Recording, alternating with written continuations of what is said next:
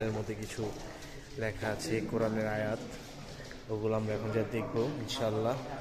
পাশাপাশি দুইটা রুম, এই পাশে আরেকটা রুম আছে। এই রুমের মধ্যেই একদম আরো কিছু নিদর্শন আমরা দেখতে পারবো। এই যে এটা কাঠের মধ্যে লিখছে, এই যে এক বড় ভাই পাইছি আমরা,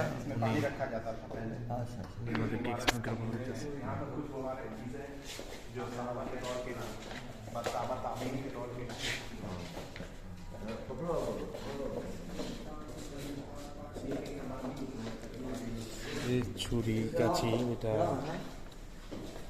যেগুলো দিয়ে আর কি কোরআনগুলোকে লিপিবদ্ধ করা হতো এবং বিভিন্ন কাজকর্ম কোরআন লেখার জন্য যে সমস্ত সামগ্রী ব্যবহার করা হতো তা কিন্তু এখানে আছে। এগুলো কিন্তু সাহাবা ইকরামদের যুগ থেকে একদম নবীজির আমলের কিছু সরঞ্জাম।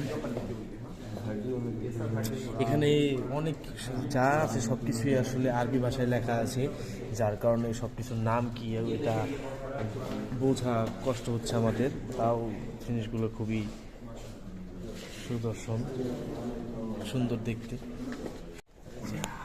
হাড়ের মধ্যে লেখা, পশুর হাড়ের মধ্যে কোরআন আয়াতগুলো লেখা, সুবহানাল্লাহ সুবহানাল্লাহ আল্লাহ। এখানে কিছু পুরাতন চামড়ার মধ্যে লিখে রেখেছে কোরআন আয়াত এবং পরবর্তীতে কিছু পেপারও লেখা আছে। এগুলো কিন্তু হাড়, পশুর হাড়, সম্ভবত পশুর হাড়ের মধ্যে কোরআন আয়াত সংগ্রহ করা আছে। আর এই পাশে আরেকটা ডিসপেন্সার আছে, এখানে ডিসপ্লের মধ্যে খেজুরের যেই ডাল, খেজুরের ডালের মধ্যে, খেজুরের পাতার মধ্যে কোরআন আয়াত লেখা আছে। সুবহানাল্লাহ সুবহানাল্লাহ আল্লাহ, এত সুন্দর একটি। এখানে কিন্তু অনেক, আমার ভিডিওটা শেয়ার করে সবাইকে দেখার সুযোগ করে দেবেন ইনশাল্লাহ। পানি ঠান্ডা রাখার জন্য এটি ব্যবহার করা হতো। রয়েছে এখানে আরো কিছু কোরআন শরীফ রয়েছে, যেগুলো কিছু হাতে লেখা।